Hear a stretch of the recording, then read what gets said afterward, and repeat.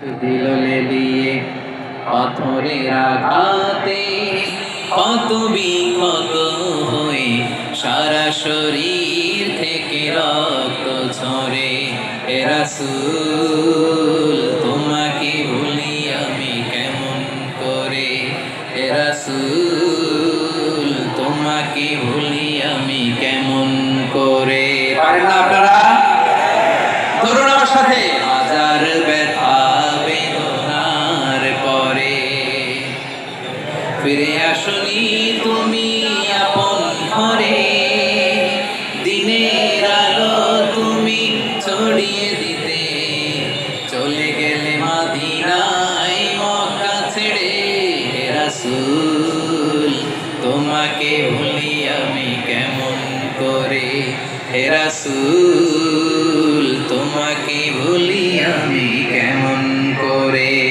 ঠিক না বলে? প্রিয় ভাইরা, তাইফের ছেলেরা নবীকে রক্তাক্ত করলো।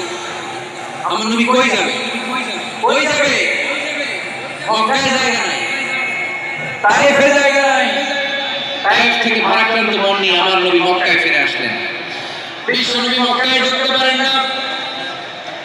মক্কার মরুভূমির দিকে তাকিয়ে, উপত্যকার দিকে তাকিয়ে বিশ্বনবী ধাঁধা করে কাঁদেন, ঝরঝর করে। নবীর চেহারা মোবারক থেকে চোখের পানিগুলো বেয়ে বেয়ে পড়ে। আমার জন্মস্থান, আমার শৈশব, কৈশোর, যৌবন কেটেছে এই মক্কায়।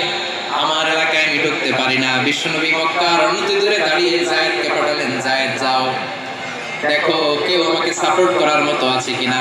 যাও অমুকের কাছে যাও। যায়েদ গেলেন, তারাও প্রত্যাখ্যান করে ফিরিয়ে দেয়। বিশ্বনবী বললেন যাও অমুক লোকের কাছে যাও, তিনিও প্রত্যাখ্যান করে ফিরিয়ে দিলেন। কেউ বিশ্বনবীকে আশ্রয় দিতে রাজি হয় না। নিজ জন্মভূমিতে বিতাড়িত বিশ্বনবী, সর্বশেষ বিশ্বনবী বললেন যাও মুতঈম ইবনে আদির ঘরে যাও। মুতঈম ইবনে আদি মুশরিক, তার কাছে যাও। গেলেন, মুতঈম ইবনে আদি রাজি হয়ে গেল। সুবহানাল্লাহ বলেন। দেখেন, অনেক বিপদের সময় আমি নিজে সাক্ষী, সামাজিকভাবে, রাজনৈতিকভাবে কত ঝঞ্ঝা, কত ষড়যন্ত্র, কত কনস্পিরেসি পাড়ি দিয়ে আমাদেরকে সামনে এগিয়ে যেতে হয়।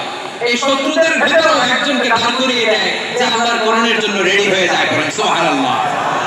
মুতঈম ইবনে আদি, আল্লাহ তার মনকে নরম করে দিলেন। মুতঈম বলে মুহাম্মদ আমি তোমাকে আশ্রয় দিব। তার দুই ছেলেকে পাঠালেন, যাও খোলা তলোয়ার নিয়ে, স্কর্ট দিয়ে, গার্ড অফ অনার দিয়ে মুহাম্মদকে মক্কায় ঢুকাও। বলো আমি আমান দেব। আমান কি দিব? আমান মানে সিকিউরিটি, নিরাপত্তা। সিকিউরিটি ছাড়া, আমান দেওয়া ছাড়া কেউ থাকতে পারতো না মক্কায়।